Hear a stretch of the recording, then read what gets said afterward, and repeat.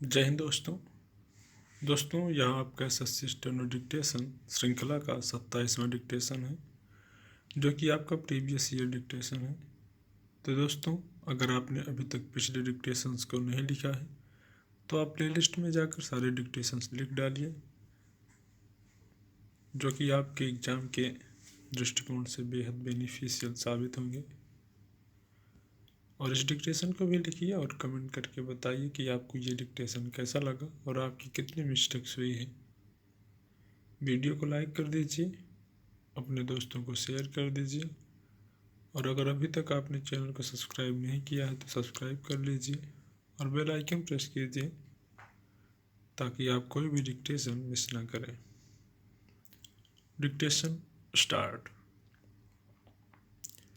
अध्यक्ष महोदय, यह सरल सी बात नहीं है।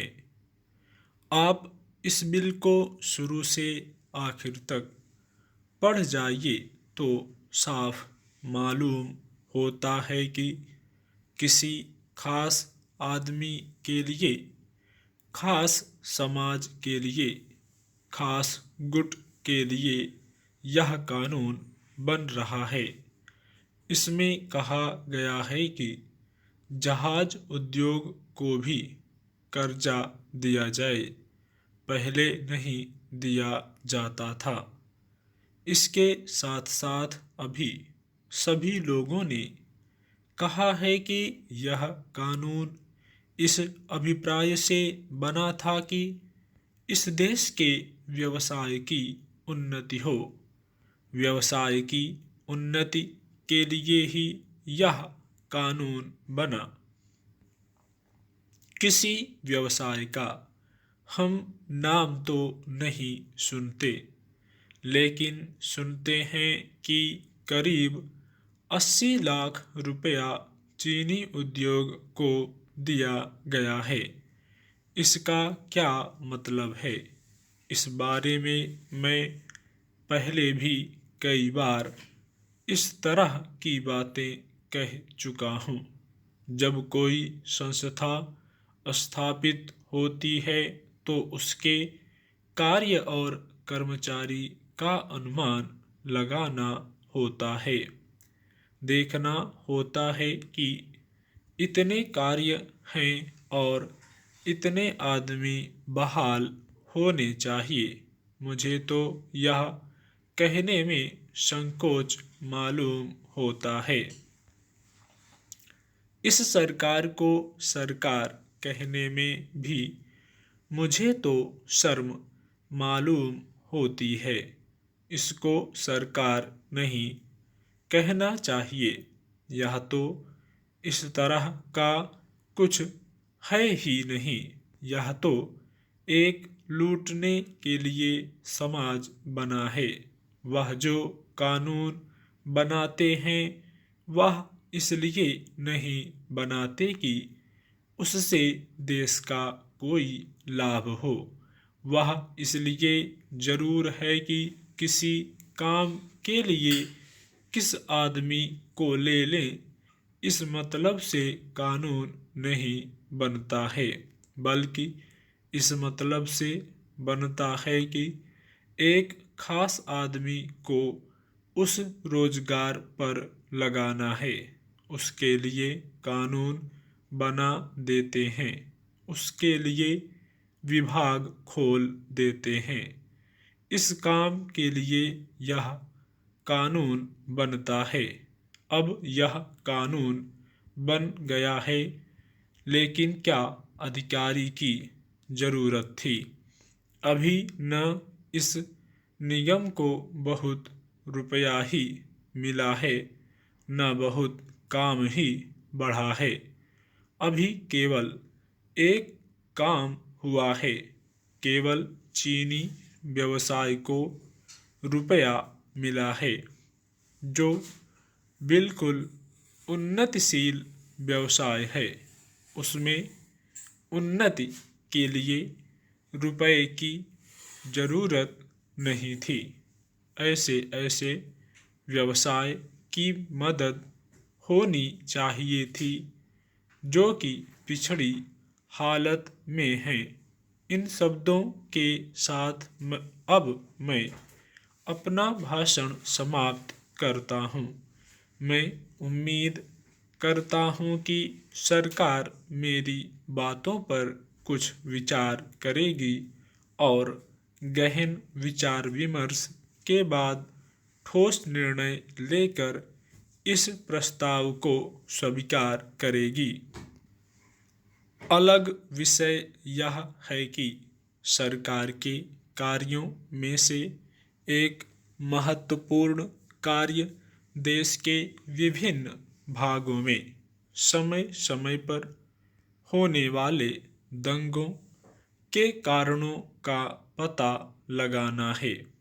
इस सदन के सभी दलों के माननीय सदस्यों ने एक दूसरे पर अनेक आरोप लगाए हैं। मैं इनमें से कुछ आरोपों से सहमत हूँ, लेकिन मैं यह मानता हूँ कि एक दूसरे पर इस सदन में आरोप लगाने से समस्या का हल नहीं निकल सकेगा और न ही स्थिति में कोई सुधार आ सकेगा।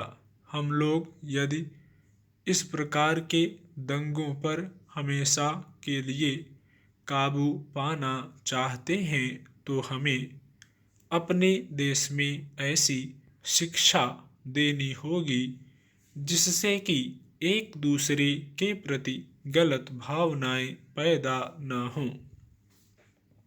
पिछले काफ़ी समय से इस देश के कई भागों में बार बार लड़ाई झगड़े हो रहे हैं। जो दंगे हो रहे हैं उन पर आज हमारे इस माननीय सदन में चर्चा चल रही है। इस सदन में हम सभी सदस्य यह अनुभव करते हैं कि यह चर्चा होनी बहुत ही आवश्यक है।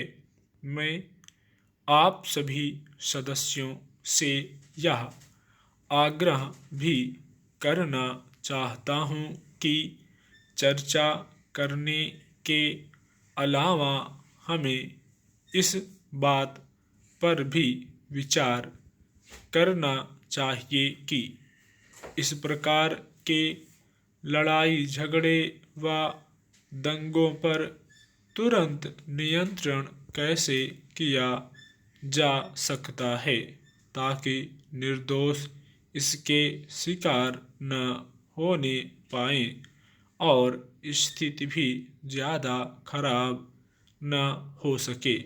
कुछ माननीय सदस्यों ने चर्चा के दौरान अनेक सुझाव भी दिए हैं। इस तरह के दंगे इस देश में पहले भी अनेक बार हुए हैं, लेकिन पिछले वर्ष गुजरात में जो दंगे और घटनाएं हुई हैं उनसे हमारा सिर शर्म से झुक जाता है और विदेशों में भी हमारे देश की छवि खराब हुई है। इस देश में पहले जो दंगे होते थे वे 1 या 2 दिन तक ही चलते थे, लेकिन इस बार ये काफ़ी समय तक चलते रहे। हालांकि सरकार द्वारा उन पर यथाशीघ्र नियंत्रण करने की काफ़ी कोशिश की गई, फिर भी ये दंगे महीनों तक चलते रहे। सरकार ने तथा अन्य संगठनों ने, सब धर्म के लोगों ने आपस में मिलजुल कर एक अच्छा वातावरण बनाने की पूरी कोशिश की। इन दंगों के अधिक दिनों तक चलने के कारण परिणाम यह होता है कि कई सालों तक लोगों के मन पर इनका प्रभाव जम जाता है, जिससे कानून व्यवस्था की हालत भी अच्छी नहीं रहती है। स्टॉप।